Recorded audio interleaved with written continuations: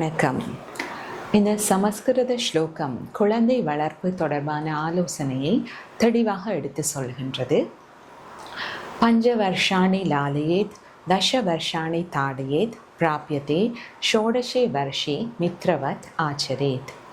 பஞ்சவர்ஷாணி லாலயேத் என்பது குழந்தை பிறந்து முதல் 5 வயது வரைக்கும் அன்பும் அரவணைப்பும் அதிகமாக தேவைப்படுகின்ற காலகட்டத்தில் அவற்றை கொடுத்து குழந்தையை வளர்த்தெடுக்க வேண்டும் என்றும், தச வருஷாணி தாடியேத் அடுத்த 10 வயது வரைக்கும் குழந்தை ஒரு ஒழுங்குக்குள் கொண்டு வர வேண்டும். அதாவது குறித்த நேரத்திற்கு எழும்புதல், நல்ல விழுமியங்களை சொல்லிக் கொடுத்தல், ஆரோக்கியமான உணவு பழக்கத்துக்கு கொண்டு வருதல் போன்ற விடயங்களை கற்பிக்கலாம்.